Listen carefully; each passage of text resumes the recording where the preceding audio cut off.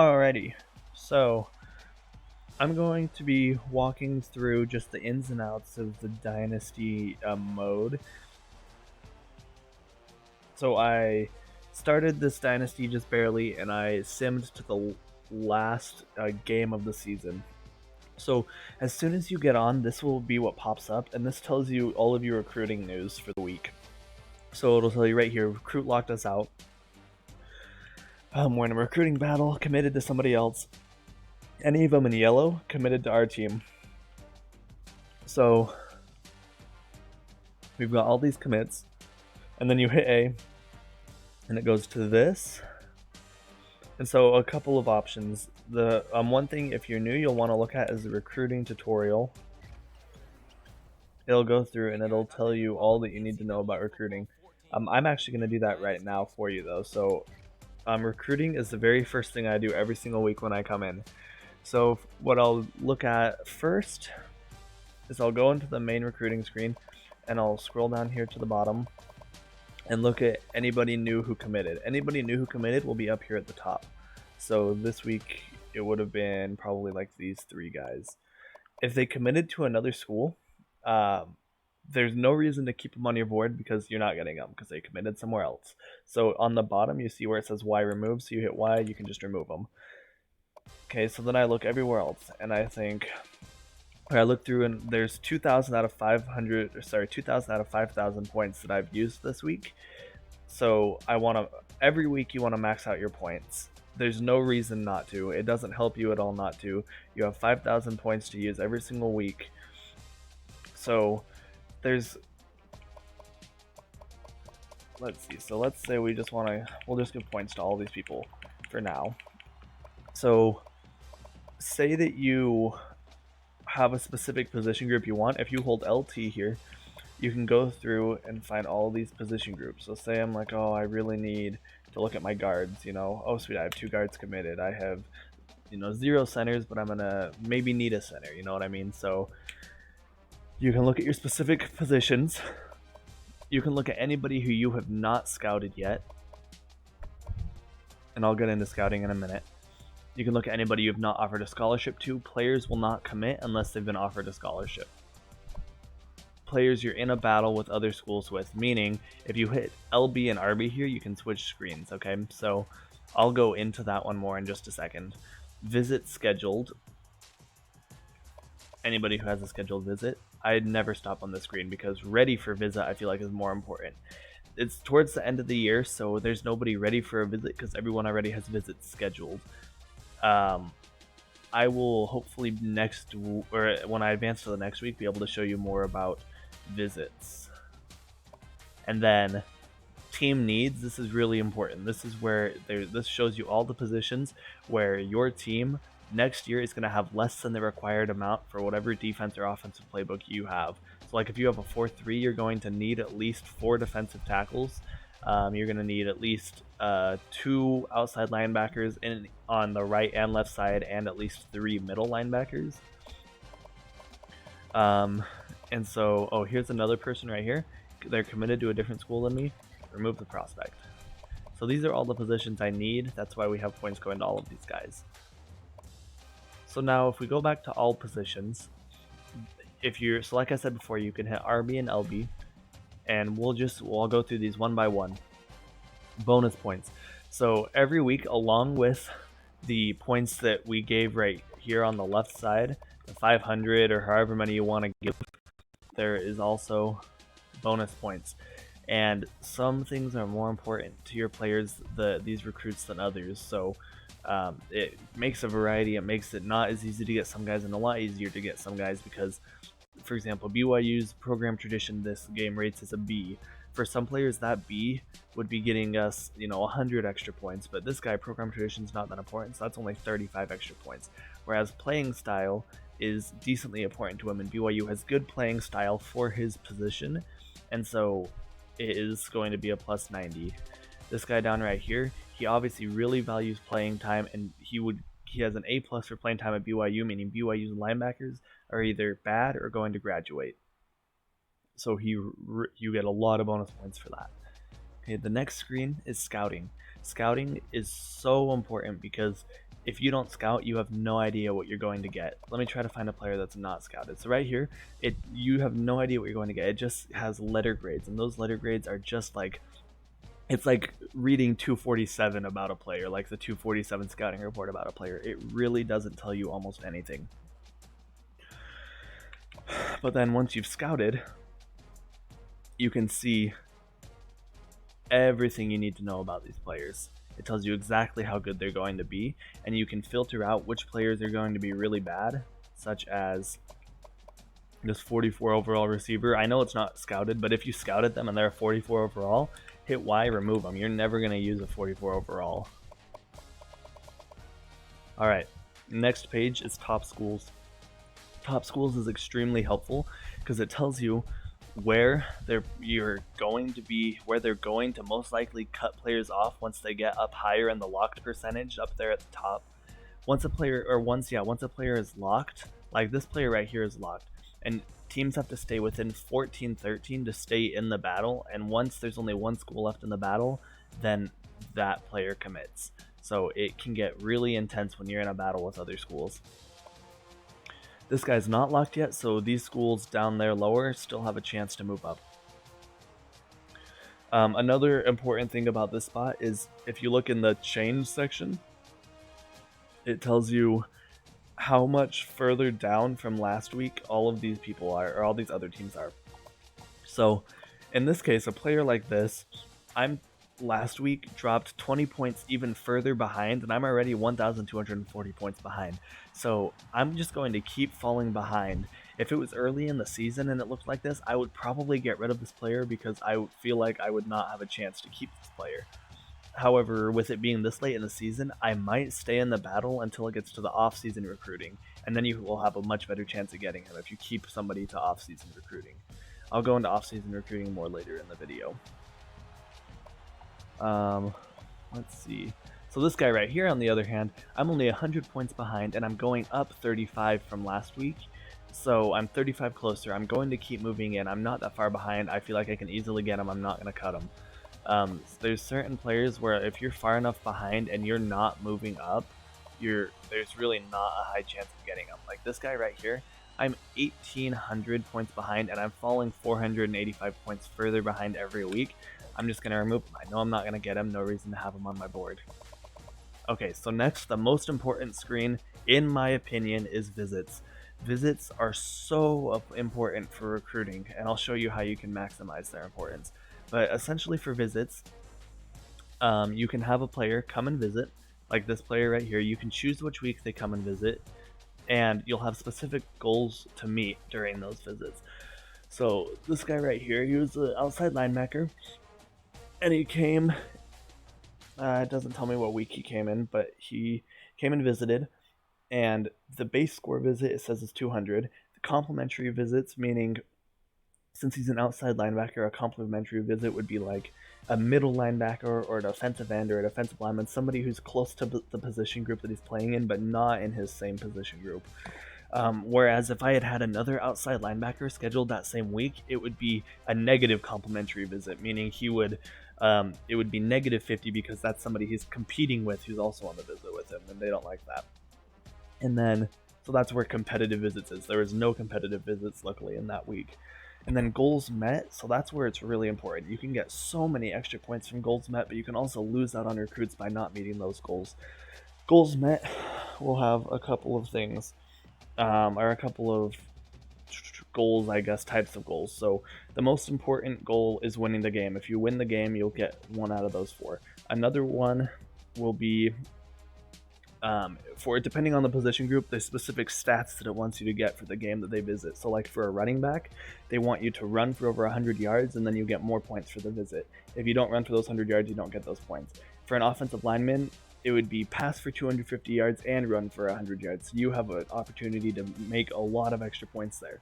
And then you also get more points for beating a ranked team, you get more points for beating a conference team, and if it's in an online dynasty, you get more points for beating a user team. So ideally, And also a rival. A rival is another one you can get more points from.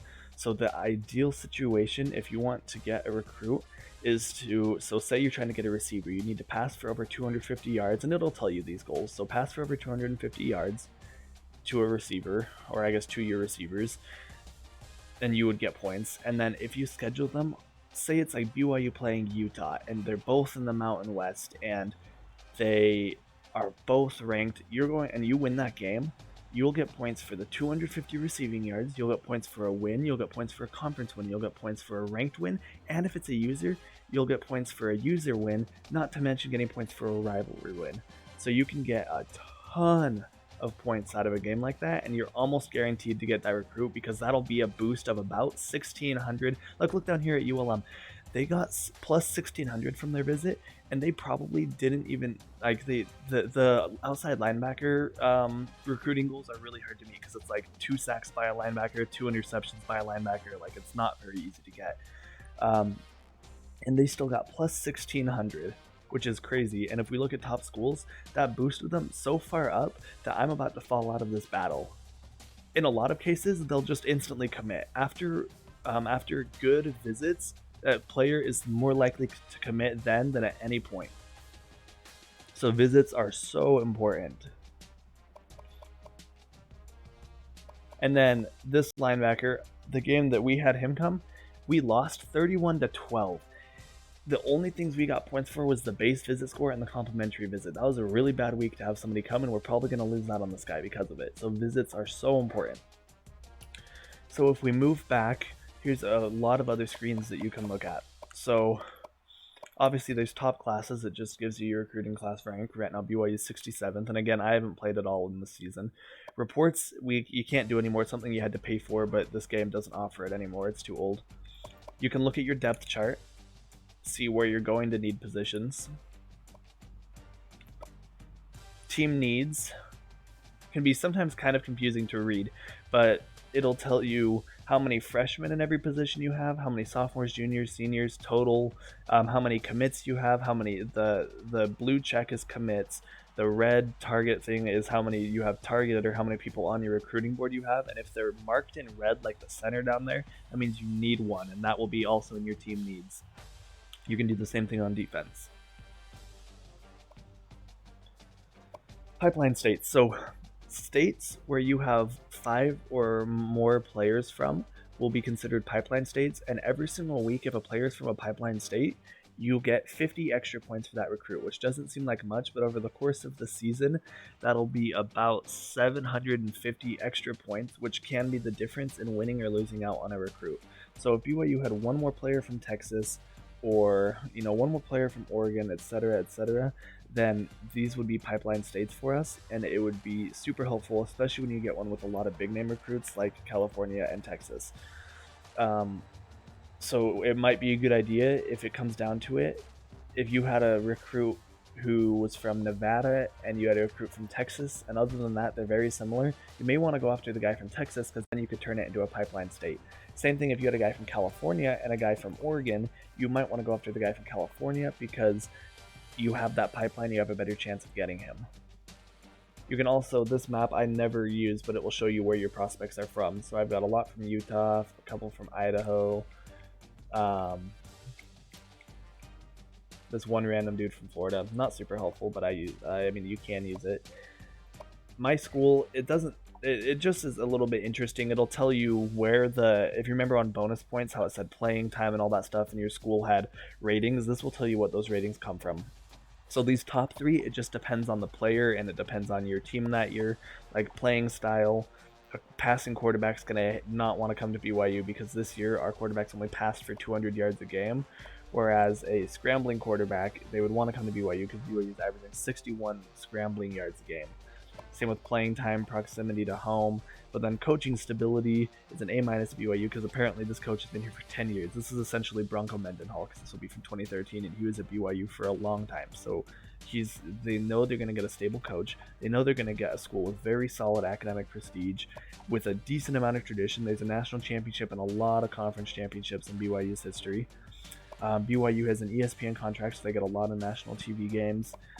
The coach prestige, obviously you're going to get Bama is the highest, and Florida State is the highest, and Nebraska is the highest. And then just all sorts of these. This one, and it also tells you in the top right corner how you can change that. So in this case, in the top right, how to improve this grade. This is coach prestige. Increase this grade by consistently winning or meeting or exceeding contract win expectations. We'll go into that more later. The Spark 100 will essentially just show you the top 100 recruits in the country.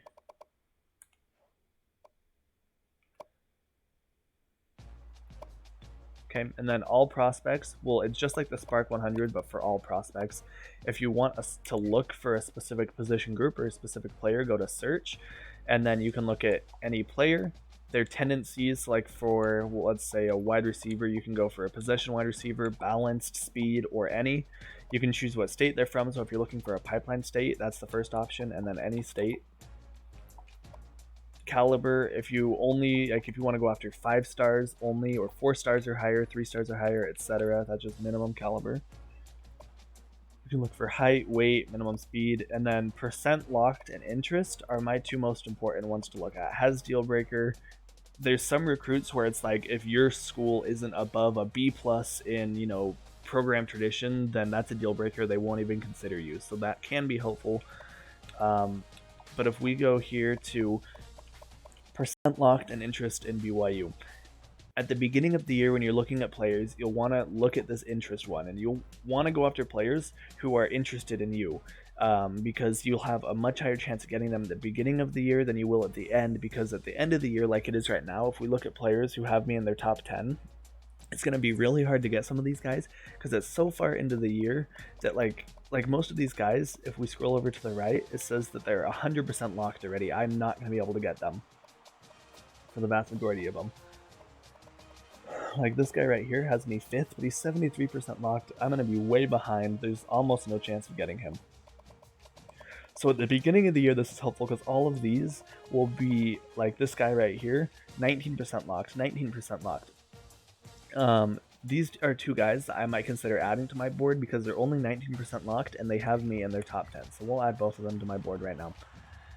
So the later it gets in the year, I stop looking at top 10 schools, I keep that at any, and I start looking at percent locked, and I go to less than 25% locked. Anybody who's less than 25% locked means that they still have a long way to go before they commit, and they don't have a ton of points for any school. So if we look at those guys, all of these guys, I'm going to have a chance of getting. Now, some of them are, like this guy, Florida and Auburn are recruiting him. It's from Ohio, so that's not a pipeline state. He's a possession wide receiver, which my BYU playing style probably won't be super great for a possession wide receiver. I probably wouldn't get this guy. But if we scroll down a bit, this guy right here is a balanced quarterback from Bakersfield, California. That's a pipeline state for me. The balanced quarterbacks were a B-, so decent for my playing style. He's a 19% locked and a 4-star quarterback. He's somebody that I absolutely could get. So I'll add him to my board. So the later it gets in the year, you just want to add these guys that are less than 25% locked who fit your school and your playing style well. For example, if I am a person who runs the read option all the time, I'm not going to go after John Washington because it says he's a pocket passer. It says that under his name. He's a pocket passing quarterback. His 40 time sprint is 5.1. That's super slow. He can't squat. He's, decent at bench, but he's obviously a pocket passing quarterback. I would not add him because, I want scrambling quarterbacks. Same thing, if you want your whole defensive line to be pass rushers, you're not going to want a run stopping defensive tackle. Sometimes, though, you may just want to scout them anyways because the run stopping defensive tackle can actually have better pass rushing grades than run stopping grades. So this is, again, just like the 247 scouting report. It's just what the people who don't really know the players have seen. Once you scout them, you'll actually learn what they're good at. From here, you can also look at states. You can also look at specific positions.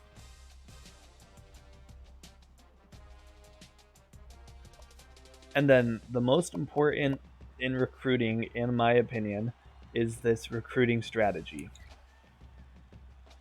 You have this first spot, so it depends how much you want to do for recruiting. If you're new to recruiting, you'll want to have a lot of these on. I would consider turning all of them on, or at least a few of them.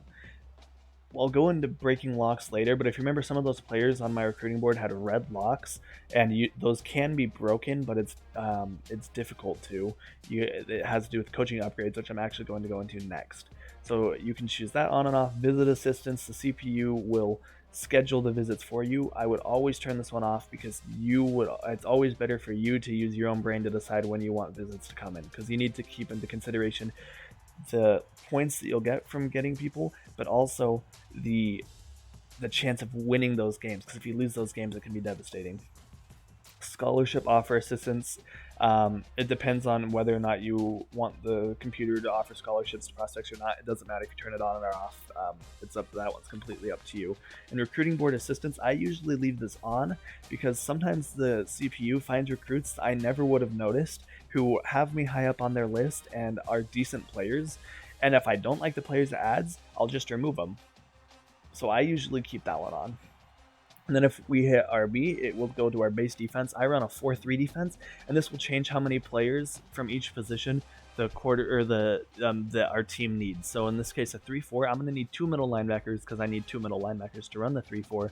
Whereas in this one, I only need 1 more middle linebacker to run the 3-4.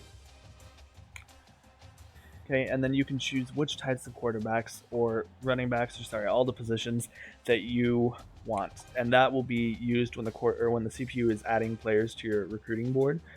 So this is how I would want it. This right here is exactly how I keep it. I run a power run game, so I want pocket passing, power running back, blocking, fullbacks, tight ends, position wide receivers, run blocking, and then on defense, I try to stop the passes as much as possible because pass is so hard to stop. And then you can also choose how important each position group is to you, and the CPU will also use that, adding prospects to your recruiting board. So quarterbacks, I can work with bad quarterbacks. I'm fine with not having very many quarterbacks that I'm going after. Running backs, I can work with decent running backs. I love having good fullbacks and tight ends. I don't care at all about receivers. Offensive line and defensive line are my most important positions. Linebackers, I user, so I can use worse ones because I'll make up the difference there. Cornerbacks, I just don't like cornerbacks for some reason, and I love having good safeties. So this is how mine looks. It just depends on what your defensive strategy is. Some people don't really care about defensive line, but really need good versatile linebackers, so you would want to put these at medium or low, and these at high. Okay. And then I think, so that's everything for recruiting. That's as in-depth into recruiting as I can really go. Alright, so then let's look at other spots.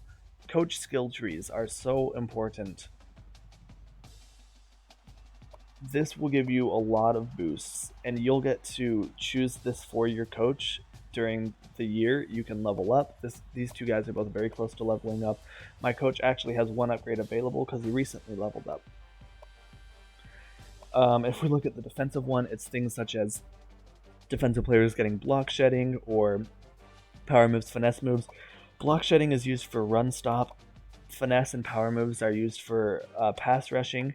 You can have their fatigue get less, prevent injuries, zone coverage, man coverage, catching, tackling, and hit power and pursuit. And then the very top one is adding speed, agility, acceleration, strength, and then awareness and play recognition. So it just depends on what you care most about. But you have to unlock a certain amount of one row to unlock the second row, and to unlock the third row you need to unlock a certain amount of the second row right here, and etc. Top, you have to get so many points. So on this side, there's also injury and stamina increase. Increased carrying is the propensity not to fumble, which I find to be incredibly important. Quarterback throw power accuracy, wide receiver upgrades, breaking tackle, trucking, elusiveness, stiff arm, spin, juke. I love this one. Offensive line, so this will be impact blocking and run blocking. This will be pass blocking. And then again at the top, the most important ones, agility, strength, acceleration, and awareness. For coaching, there's two sets of coaching upgrades. One is for game management, one is for recruiting. Most people use at least almost all of their points, but some people use all of their points. I personally use all my points on recruiting. A newer user in the game may want to use some on game management. if you're still getting used to some stuff, but recruiting is so important. So let's look at the game management ones first. Things such as, so your quarterbacks, when they're playing in a big game, they will get frazzled. They will, when you're looking at the play, you won't have the option to look at what buttons some receivers are, and so pre-plays, so then you'll have to either hope you know what it is, or once the play starts, you'll have to look and figure it out. It'll also make your controller buzz. It'll make the routes all squiggly, so you can't really see where they're going. It's hard to know. This one's anti-freeze, so your kickers, this first one will make it so that your players they don't get those effects. Your kickers can get iced. If they're kicking field goals in really important situations, they can get iced by the other person calling timeout. And so each of these upgrades basically makes it so that either 1, 2, or 3 timeouts won't work to ice your kicker. So if you upgrade it once, 1 timeout won't work, 2 will. If you upgrade it twice, 2 will, or 2 won't, but 3 will. And if you upgrade it all 3 times, no timeout will ever freeze your kicker. When your kicker's freezed, it makes you kick the field goal from a really weird angle, and it's really hard to make them. Over here, so just like in real football, if you're running the play action, or if you're running run plays a whole bunch of times and then you run a play action, it's going to freeze the defense really well. And same thing if you're running a bunch of pass plays and then run a draw play, it's going to freeze the defense really well. And so those are your setup plays, and by upgrading this one, those setup plays, you won't need to get as many yards for the setup plays to work really well. This one, it'll tell you the best matchup. So if you hold RT during your game, it'll show you, and let's see, if you upgrade it once, it'll show you the passing matchups. It'll tell you how good your receiver is versus how good the corner is. If you upgraded it again, it'll give you arrows that show you everything, and that one can be helpful, but I personally don't love this one. I don't think it's all that helpful, but it'll tell you blocking matchups, receiving matchups, etc. Over here, this one will make it so you're less likely to get penalties. This one, your team starts off hot in rivalry games, and when they're feeling hot, they play better. When they're feeling cold, they don't do as well. And the game does a really good job at making players who play poorly feel cold, and players who are on fire. This one makes it so that you can call a timeout to get any of your players from cold up to normal, and then as you upgrade it more, it'll be, if you call a timeout, they go up to hot, and then if you call a timeout, they go up to super hot. This one is you upgrade it, the big game one, so it starts off hot in rivalry games, and then they start off hot in ranked games and championship games, bowl games. I don't remember exactly. I'll go into this one last. The very top one is clutch. It says your team will start the fourth quarter hot if the difference is 14 or less, whether you're winning or losing, and then if it's tied, and then my absolute favorite one is they'll just start the fourth quarter hot no matter what, and I think that's so awesome. And then Coach Stradamus. Your players are shown your opponent's previously called play, and when you're choosing your plays, it'll be in the upper right corner. So that first upgrade can be helpful because if somebody's you'll notice they'll use the same, like say they use cover 4 every other play, you'll really catch up and you'll start to notice that, and it can be super helpful. Then the next one will be, it'll occasionally, I think it's like 5% of the time or something, it'll tell you which play your opponent is about to run or which type of play. So it'll be like, watch for an inside run, and then oh, I gotta stack the box. Or it'll say, watch for an outside run. Oh, I gotta spread the box, and then watch for a pass, and then you do with that information what you will, whether you want to blitz or whether you want to drop people in coverage. And then the third one will be like just more often that it does that for you. So then recruiting, this is where things get really important. These first ones are the opportunity to break locks. So I'm actually going to upgrade this one right now, and I'll show you how it works. So this will be the upgrade that I use. Okay, and I have that locksmith ability. And with one, you can break 1 lock. With the second upgrade, you can break 3 locks, and with all 3, you can break 5 locks. And here's how that one works.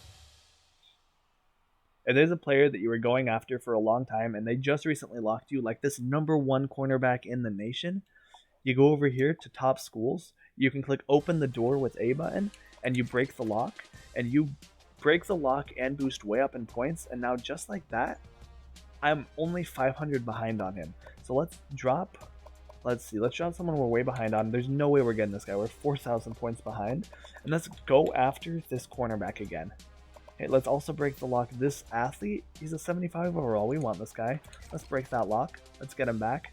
And just like that, we're only 1,000 points behind on him, which may seem like a lot, but that this late in the season, you can absolutely come back from that because off-season recruiting still exists. So let's drop this guy. He's a 63 overall JUCO, so he's going to be like a sophomore or junior when he comes in. And we'll look at, we'll add that right there. Okay, so you can break the lock. I wouldn't break the lock for somebody like this because he's not very good. We're way behind. And actually, if you're far enough behind, it might not even let you break the lock. Yep, so I can't even break the lock on him. Okay. So lock breaking can be very helpful, especially if you're going after a really big name player, but other schools have a better chance of getting him. So like say I'm BYU and I'm going against Notre Dame in this case, since they're up on the screen against a player.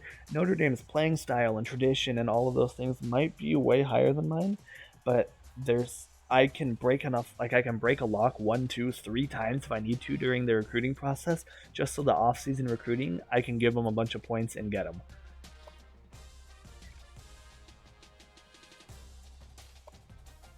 Let's look at the other ones. Scouting. So this one, the first upgrade. So if you haven't upgraded this one at all, you're only going to be able to scout a player 10% at a time. And you'd have to scout a player at most 10 times during the year to actually know exactly how good they'll be. And then the first upgrade, it can be 25%. The second upgrade, it can be 50% that you for scouting them. And then the third upgrade, you scout them 100% just from one scout. And when you scout, it only costs 50 recruiting points during the week. So I upgrade this one first every single time because I want to know exactly how good the players are that I'm getting. I don't want to waste my time going after somebody who's going to end up being a bust and drop 8 overalls once the season starts. Okay, I'm going to go over this one last. This one gives you, the first upgrade gives you an extra 500 recruiting points during the first 6 weeks of the season, or first 7 weeks of the season. And this one gives you 500 extra recruiting points during the last 8 weeks of the season. So basically first half of the season, second half of the season, how many recruiting points you want to have. So like I had 5,000, but if I had upgraded this one more, I would have had 6,000 or 6,500. Okay, so then pipeline states. This first upgrade makes it so that you only need 5 players for a pipeline state, and then it goes to 4, and then it goes to 3 players. So if you upgrade this all the way, you only need 3 players from a state to be pipeline state, and you'll have like half the country as pipelines, and then you'll get an extra 50 points for those players all year. This one can be very helpful. The kitchen sink is how many extra points you can assign to a recruit every week. If you remember before on the recruiting screen, I could only give 500 points to a player, but if I upgrade this one once, I can give them 550. If I upgrade it twice, I can give them 600, and if I upgrade it 3 times, I can give each recruit 700 points every single week. That can get you ahead so fast. The one downside to this one is that as you increase the amount of points you give to recruits, that's less total recruits you can go after. Because say you're going after 3 players with 700, whereas that's 2,100 total points you're using, whereas going after 3 players with 500 is only 1,500. So that's 600 extra points you're giving by going after 3 players, but you also have a much higher chance of getting those 3 players, so it can be extremely helpful. Plus, you don't have to max out your points on every recruit. If you want to just give a recruit 500 points a week, you totally can. The recruits that are most important to you, give the 700. The recruits that are less important to you, give them 500, 300, even 100. It depends on what you want to do. And then up here is the most overpowered thing ever. In the Dynasty I run, I don't even allow this one to be used, but when you have it, it is crazy. It's called Insta Commit. It's the Nick Saban factor, where as soon as you offer a scholarship, it says you have a 5% chance of somebody instantly committing. It works most commonly when you're in first place for that player when you offer the scholarship, but it doesn't have to be. But almost always when it works, it's because you're in first place. The next one will be, I believe it's 10%, and then the next one is 20%. So 1 out of every 5 players you offer a scholarship, especially when you're in first place, you will have instantly commit to your school. Okay, so that one's really overpowered, but the most important one to me, obviously I said scouting before, but the most important is this one for visits. I talked about before how important visits are, how many points you can get from visits, and this right here will make your visits even better. The base visit points was 200. When you boost this one up, it goes an extra 100 and then an extra 200 and then an extra 300. So just the base visit will be 500 points. You could do everything wrong in the game and still get a 500 point visit. And visits are the most important thing when it comes to getting guys to commit, in my opinion.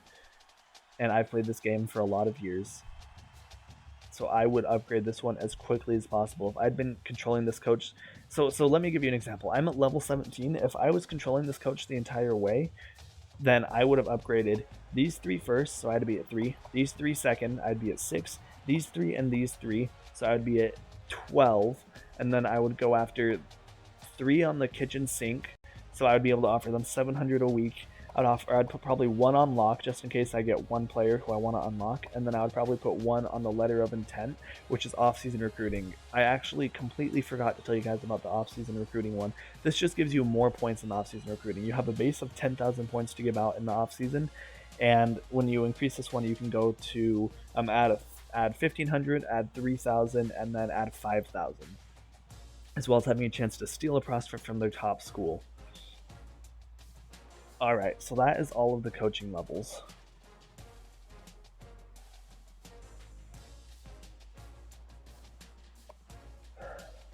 Coach XP goals. It'll just tell you, so your coach, to get coach, if you look in the bottom right corner, it says Coach XP, and the coach skill tree levels are all of the XP points. So this will tell you you can get 400 XP points, or 500, or 400, or 350 for meeting these goals, and it will just give you all the goals. You can hit A and go through all of those. Coach contracts can be interesting. You're looking at your team's contract. I'm on the hot seat right now because my target wins per year is 10. BYU has very high expectations for coaches. My target wins per year is 10. And we only won 2 games this year after simming the entire year. It'll tell you your career record, your years at BYU record, your job security, your record versus rivals, versus top 25, and your bowl record. There's a lot to look at there. You can also go back and look in the past years. Job security. UMass's coach is going to get fired. His security is at 1%, absolutely going to get fired. The worse you do, lower your job security will be, and you can look at your own. My job security is at a 50%. I'm very likely going to get fired. Coach philosophy. This will do a lot for you. You can choose your playbook. I'll just leave it at BYU. You can choose your defensive playbook, which both of these are important for recruiting because it'll tell you which team needs you have. And then there's some recruiting things down here, the ones that we looked at in recruiting settings. A lot of settings you can change from multiple spots. And then when you're in game, you can either choose your own plays or you can have the coach give you a bunch of plays to choose from. And by changing this one, if you go below 50, then it's more run offense, and if you go above 50, it's more pass offense in the plays it suggests. Right here, it's how aggressive you want to be, how much you want substitutions made, and then the exact same thing for defense. Coach philosophy. Oh wait, that's where we just looked, my bad. Coach info. You can just edit your coach from here. Oh wait, no, sorry, this isn't. Oh yeah. So you can edit your coach from here. You can actually edit any coach from here in an offline dynasty, and in an online dynasty, you can edit your own. So you can look at specific conferences. You can look at only users if it's an online dynasty, head coach, offensive, defensive coordinators, or all jobs. You can look at their skill trees. You can create a new coach. You can sort them however you want. There's a lot you can do from there. And then coach skills tutorial if you do want a more in-depth tutorial. ESPN, this is a fun one if you want to look at stats, if you want to look at other teams. This is one you can easily explore on your own. I'm going to give just a really quick overview of what all of them are. This one will give a rank of all the toughest places to play based off of home win streaks, home attendance, home win-loss record all time, BCS rankings, bowl projections, players of the week, award finalists.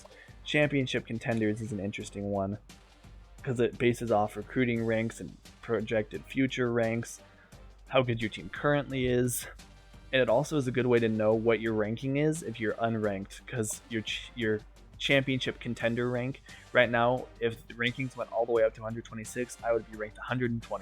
Yikes. Heisman Watch, conference standings, top 25 polls, and it'll give you AP Media and BCS polls. Right here is top stories. You can kind of just ignore this one. It's just a fun thing. Sometimes there's kind of funny stories. And then scores and schedules is the main one that I look at, especially in an offline dynasty. You can look at all of the games for this week. We'll look at the Pac-12. Let's see if Utah will lose. Come on, Colorado. And so, yeah, you can simulate the game. You can look at more info for the game, game preview, Utah info, Colorado info, Utah schedule, Colorado schedule. And then you can play the game if you want, if it's an offline dynasty, or you can just sim the game. Utah smacked them. Another option, you can look at top 25 games.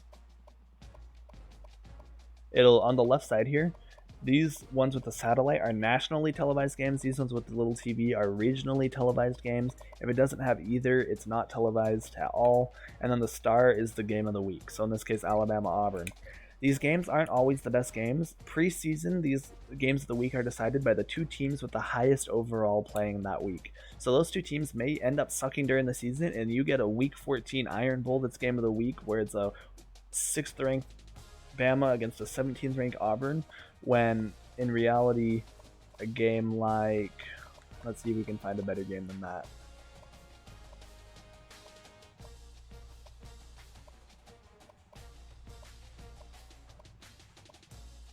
That was probably the best game of the week, yeah. But some weeks it's really bad. Some weeks you'll have like two teams not even making a bowl game playing in the game of the week, and it's kind of ridiculous. Okay, and then if you hit your LB button, you can look at your own schedule. You can look at the stats from those games.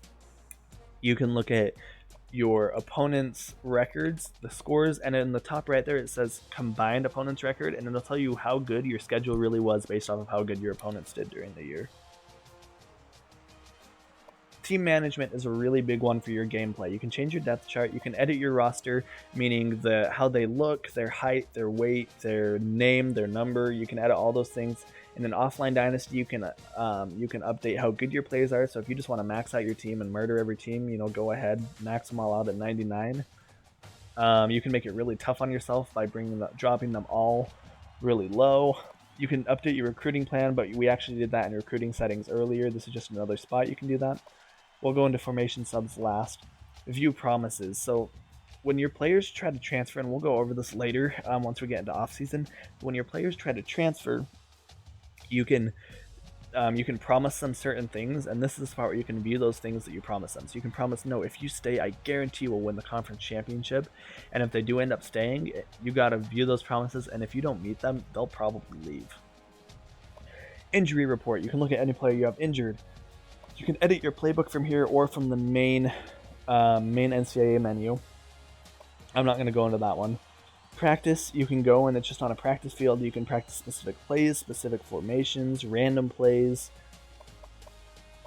And then formation subs. I love formation subs because you get to look at all your formations on offense and defense. It tells you every player is on here. And let's say this is obviously a run situation if you're running goal line. And let's say this center right here, he's good. But let's pretend his backup, the 75 overall, actually has a way better run blocking grade than the starter.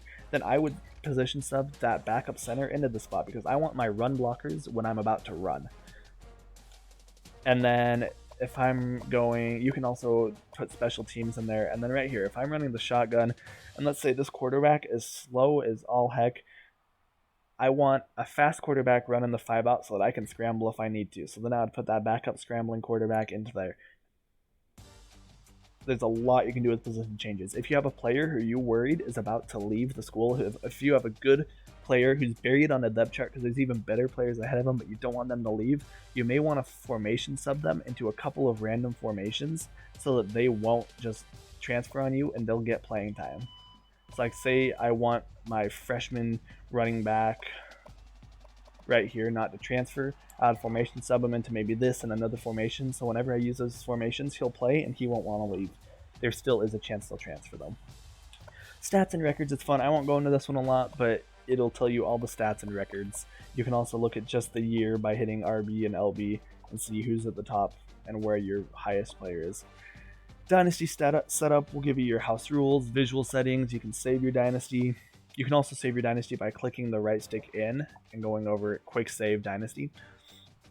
Dynasty house rules, you can choose skill on offense and defense, your level, how hard it is when you're playing with two users. You can turn off fatigues and injury, You can change quarter length.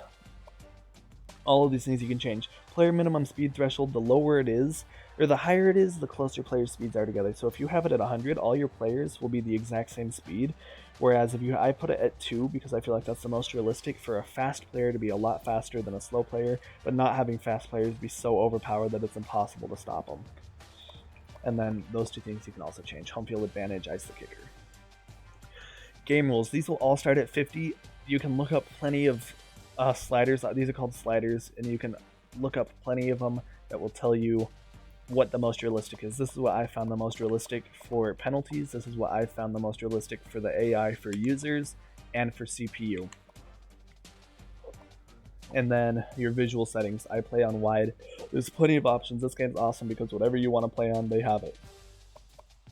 And then you can also change reaction time. You can change if you can lock on a player. Reaction time is just for Road to Glory or Heisman Challenge.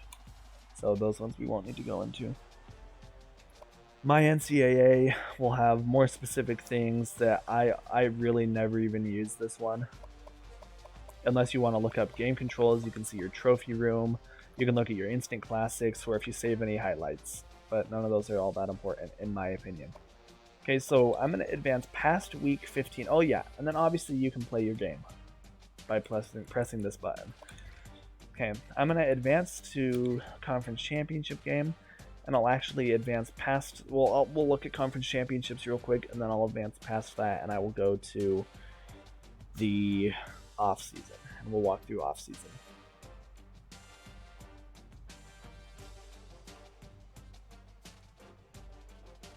So just bear with me while it advances.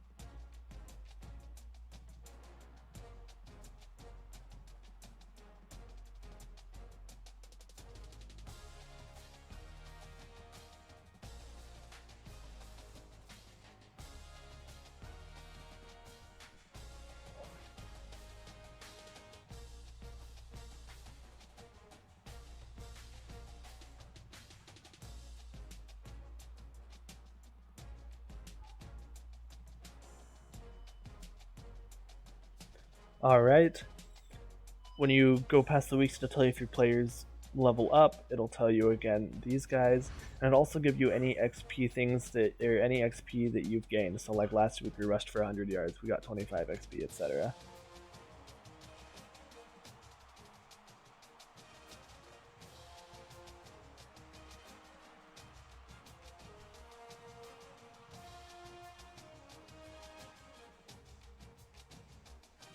Alright, Conference Championship week is fun because you can just, look at the scores schedules page and go through and just sim any of these conference championships that you want to.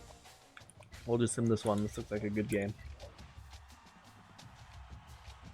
Ohio State, they'll probably make the national championship with that win. At least they deserve to, because the number 1 and number 2 teams did not make the conference championship games. Alright, we'll advance. We'll go into bowl season.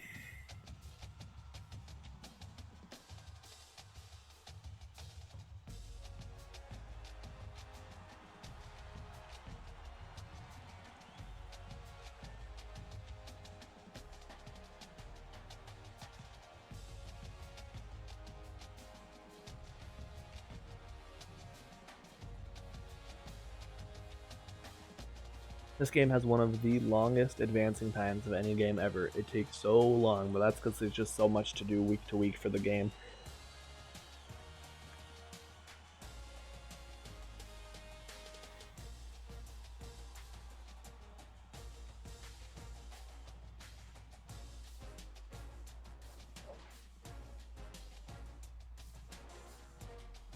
Alright, so once you get into bowl season, it'll show you who won the Heisman. In this case, it's Ohio State's quarterback, which would be, in real life, I think, I don't remember who it is. Whatever.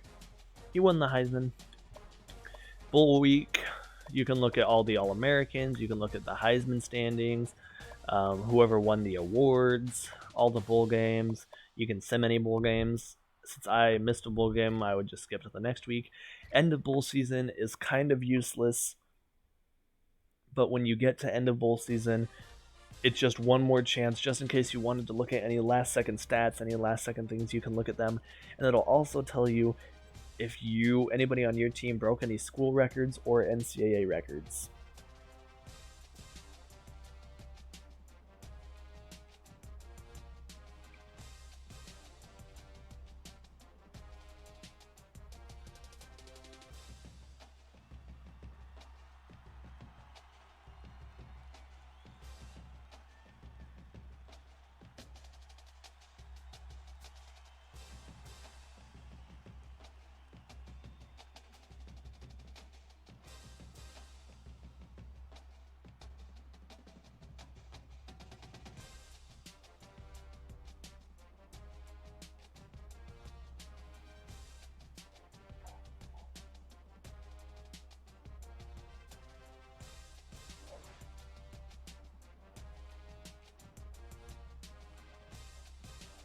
Alright, end of season, there's not as many options for you. It's just like end of bowl season. I really don't know what the point of having an end of season and end of bowl season is, but they have them. So we're going to advance past end of season now. Advancing to the off season. Off season gets crazy and it's so fun. Once you advance to the off season, it'll start off by your school either offer you a new contract. In this case, I got fired. So we look at the contract, we can see why we got fired. It was really bad. We know why we got fired. We way underperformed for multiple years. It'll either offer you a new contract, or you can go to the coaching carousel and find a new contract. I usually hit X and go to sim to my next offer. I can be Alabama's defensive coordinator, but I'll stay as the head coach so I can show you guys how it works. So we'll just go over to Troy. You can view the contract. They only want 8 wins per year. I feel like I can do that. I like Troy. I'm going to go over to Troy. We'll advance to the next stage, and we'll look at some players leaving. Yes, this game can fire you, and that makes it really important to do well in your games.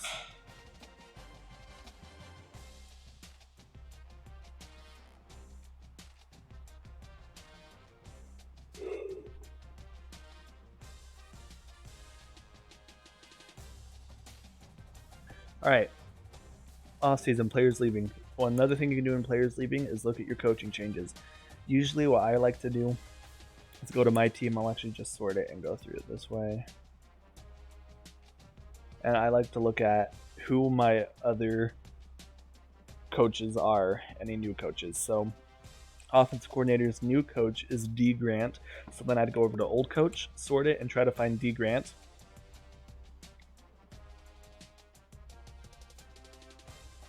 D. Grant was the old Eastern Michigan offensive coordinator who had the second worst offense in the country, and now he's at my school. Great, he sucks. That's just awesome. Players leaving, very important. You have all these players graduating. You can look through specific players graduating. You can also look through other teams. Say we're looking at Alabama. They've got all of these juniors and sophomores declaring for the draft and transferring. I mean, an 80 overall freshman middle linebacker, you do not want this guy to leave. He's going to be super good. All these guys declaring, you want to try to get him to stay. You don't want him to leave early. So what you're going to do is if you hit A on these players, I'm not going to be able to do it because it's Alabama, but this is where you can promise them the things that I was telling you about earlier in that promises section. You can promise them if you stay, you're not going to regret getting your college degree. If you stay, we're going to win the national championship if you're at Alabama, and you can try to get them to stay. The players declaring early for the draft, you can almost always get to stay. The players transferring, it's like maybe 30% of them or less you get to stay. They're really hard to keep, especially when they're leaving for playing time. To the next stage, we go to transfer requests and draft results. You can look at any draft results and then transfer requests. If you skip this, they'll automatically accept them. This is so nice because that amazing linebacker from Alabama is actually coming to Troy. It'll automatically accept it for you. Sometimes you'll get really crappy players try to transfer, and I don't accept that. You hit A to unaccept, you hit A to accept. This is one of the best linebackers, freshman linebackers I've seen in the game. I'm absolutely taking him. Just since this is an older game, just like the NCAA rules were, they're going to redshirt for 1 year before they play.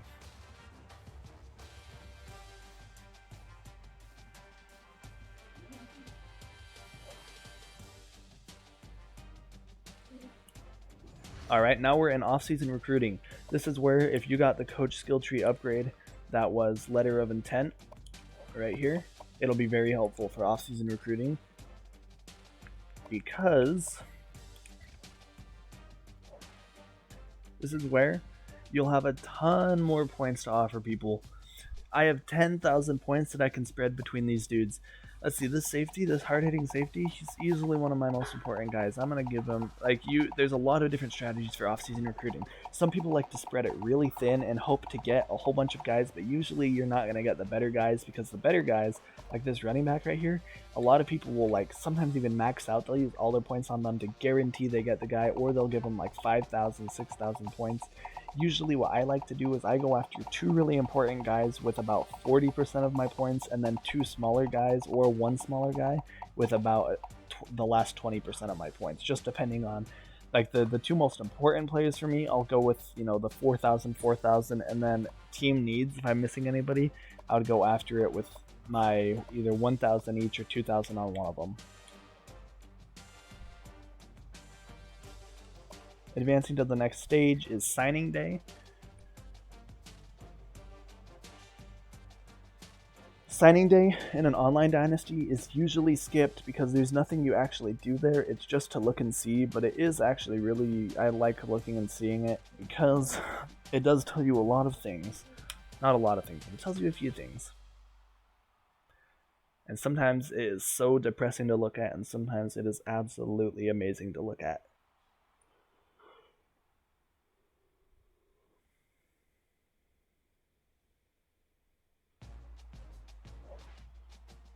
And look at that, we got both of our top 2 guys that we wanted.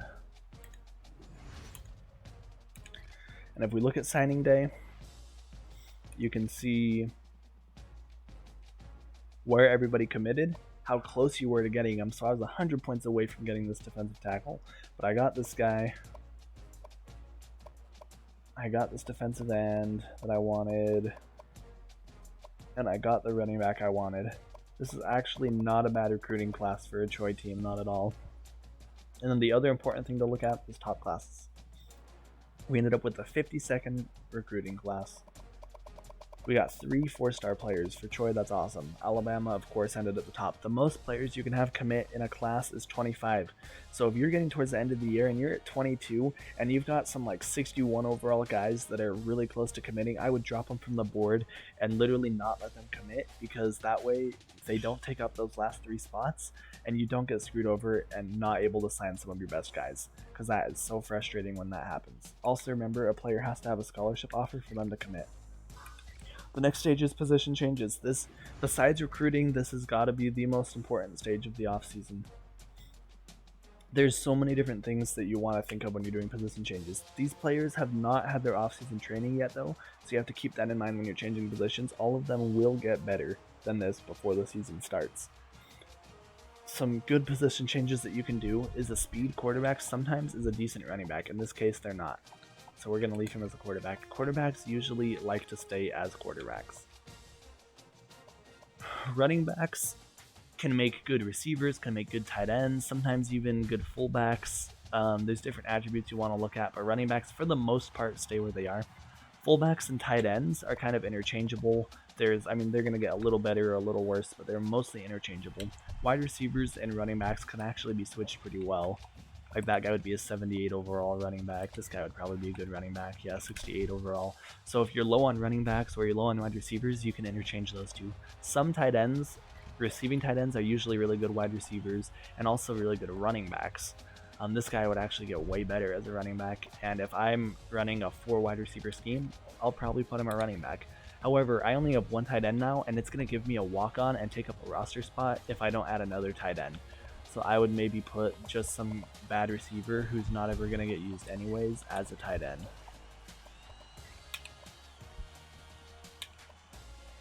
Because otherwise you lose a roster spot. It's going to be a 40 overall. He's going to suck. Offensive line's a huge one to move around. Basically, wherever you have talent that is not, like whenever you have talent bunched up in one spot, you want to spread it around. So in this case, I have a 74 and a 69 player there, and then this starter is a 66. I have an 81 and a 76, a 73 here, a 76 here. So this left guard spot is really weak, but I really like this. This guy as a center is really good, and he actually gets a lot worse as a defensive lineman, or sorry, as another offensive lineman. And this guy's a senior. He's going to graduate next year, and I want a good replacement for him. So I'm going to keep this guy here. This senior is also going to graduate, and I want good replacements for him. But by the time these two players, so freshmen won't get any better with the offseason training. They're going to stay at whatever overall they are. So these two guys will most likely bounce over this freshman. So this freshman would not be a bad idea to move over to left guard. He'll be a 66 overall, but that's still not amazing. So if we look over here, it just depends on what you want. So like this left tackle right here, you could even move over to left guard. This guy will be about a 73, and you'll have a 76 left guard. So it just depends on what you want, but you just want to get your talent spread around. You don't want an overload. Like you don't want 2 backups at right tackle who are better than your starter at left tackle, you know. Defensive ends, you kind of want to do the exact same thing.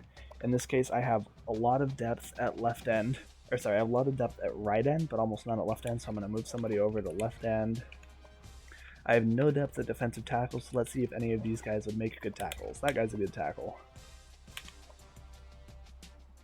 Outside linebacker, same thing with linebackers, you just want to get it spread around. Those linebackers are looking good. Cornerbacks, most players, when you switch them to cornerback, get worse. So good cornerbacks you really want to value because most players are not good cornerbacks. Like this safety, 72 overall, I bet he drops to a 66, 65. He's like, it's just really hard to get good cornerbacks. But good, so safeties are almost interchangeable, and good cornerbacks make very good safeties. Usually they go up a couple overalls. Like this guy goes up as a free safety. So if you're good on corners but low on safeties, you may want to make somebody a safety. Kickers and punters usually just have 1, and then athletes are really fun because you can put them in a whole bunch of different spots. Depending on their attributes, and it'll tell you their overall in all the spots, and you can just choose where you have them go, wherever you're weakest, wherever they'll be the best. It's completely up to you.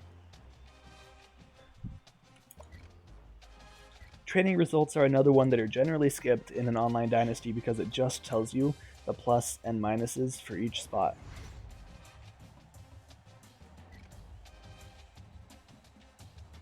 So for example, it'll tell you how much better each position gets in every single spot, each player.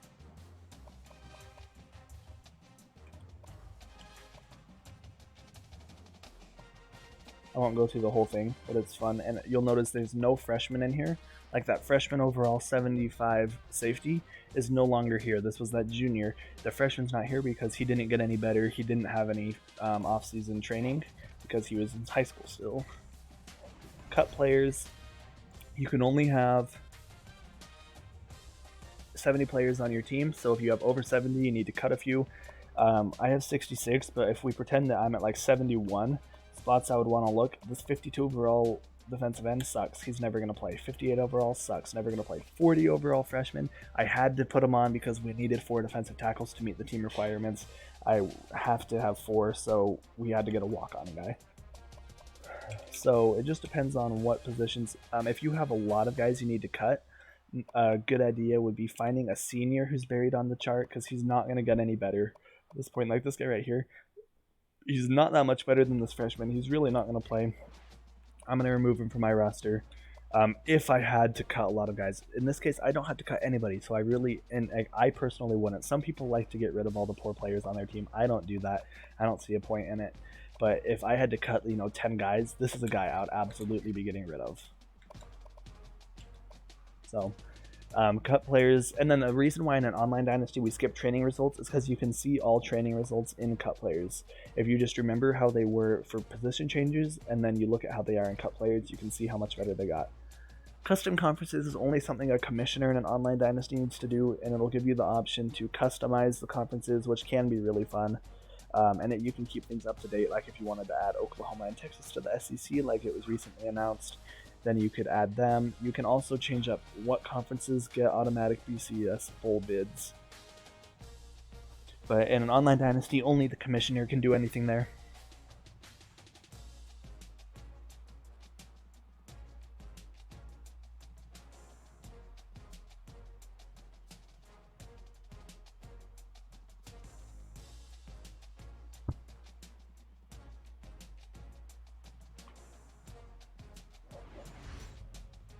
In this stage, you can also reset your skill tree. So if last year, say you had a bunch of points here on your game management, and you're like, dang, my recruiting really suffered, you could reset that skill tree. You could come over here to this skill tree and add all of those points on to your recruiting. Or you can reset your recruiting. You can also do the same thing for any coordinators if you're the head coach. You can change your BCS bowl tie-ins by conference or by bowl game. So if you want to make sure that the ACC or the Conference USA plays in the Sugar Bowl against the SEC champion, you can do that. You can do whatever you want.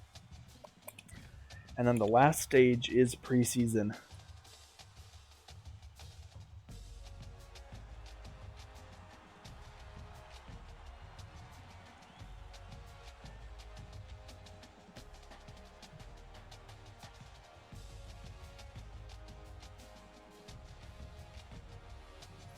Preseason is huge. There's so many things to do. You start out by setting up your recruiting board, but that's actually not the first thing I do. The first thing I do is redshirt players. Redshirt players, you also will be looking at your depth chart. So any player that's in orange or yellow, whatever you want to call that, is somebody who can be redshirted because they have not yet. This quarterback right here, if I redshirt him, he's going to be my backup this year. And if I redshirt him, I'm scared he might transfer for playing time. So I'm actually not going to redshirt this guy. I want a solid backup, and I don't want him to transfer. This quarterback's not going to play. If I don't redshirt him, he'll end up being about like an 80 overall max. He'll probably never start. But if I redshirt him, he'll be about an 85. He might end up being a good backup one day. I have so many running backs. I'm going to redshirt all three of these guys, and I'll have my starters be the 78, 73, and 70. I want all these guys to get better.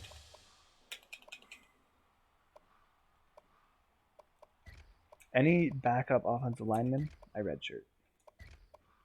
Maybe not this guy, though, because I don't want him to transfer. If you're scared of somebody transferring, I wouldn't redshirt them. I would keep them on, and I would put them in the formation subs, like I showed you earlier. Okay. So that's redshirting. And then you can go to depth chart. You can move your depth chart all you want. Setting up recruiting board is huge. In an online or offline dynasty, you can create prospects. You can make, some people like to make crazy good prospects that they don't ever go after, so it makes it harder to play the computers. Or you can just go straight to recruiting.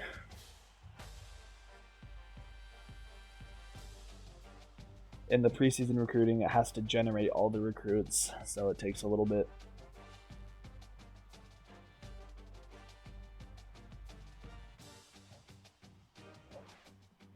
And since there's nobody on our board, we can't go up to that top one, but we can go to the search bar. And how I like to do it is just look at interest in Troy, top 10 schools. I need 2 cornerbacks and 1 middle linebacker, so I'll make sure to add a bunch of corners and linebackers. And then you want to look at and just add anybody who looks like somebody that you might want. I'm just going to add a bunch of these first guys. And just keep in mind, if you need outside linebackers, or you need middle linebackers, but you have a whole bunch of outside linebackers interested in your school, you can switch an outside linebacker and a middle linebacker and position changes pretty easily, and so an outside linebacker can be just as good as like when you switch them to a middle linebacker, they could be just as good. So that's something you may want to consider. You don't have to have a middle linebacker to fill a middle linebacker spot. And then I like to leave about 5 open spots. So right now on the top it says recruiting board 30 out of 50. I like to leave about 5 open slots. That way, so all of these guys are the guys interested in me, and then I take about 5 spots to go after players who maybe aren't interested in me but are in positions that I value. So usually fullbacks, tight ends, offensive line, defensive line. So let's look at some defensive tackles. We'll just shoot our shot at, a couple of the best defensive tackles in the country. So let's pretend I wanted to go after these 3. I felt like I can get them. I'd add them to my board. And then you can go over to the recruiting board, and however much you've upgraded your scouting upgrade, you can scout these players. You have 1,000 points to use in preseason to scout players. And you can go through and use all those points. And if you haven't upgraded this, you'll only get like the 10% or 25% or 50% scouting, but you can scout more during the season. So I won't go through and use all those points, but it's helpful. And then one thing that's really fun is your custom schedules. I'm going to real quick show you the other things, then we'll go back to custom schedules. This is the only spot in the offseason where you can do team management. So you can look at your formation subs, you can look at your, you can practice. Practice is a fun one to do during preseason to test out how your team's going to be. You can change your recruiting plan, etc. Okay, custom schedules. If it's an offline dynasty, you've got a lot of options. If it's an online dynasty, only the commissioner can change schedules. So I always click on a bye week to make sure the game's not jipping me and giving me an extra bye week, because you can have the option to only play 11 games and get an extra bye week. I hate when that happens. So it'll give you your strength of schedule rank. So obviously with being in the Sun Belt, it's going to be a low ranking. And if you want to boost that up in the out of conference, schedule really good teams.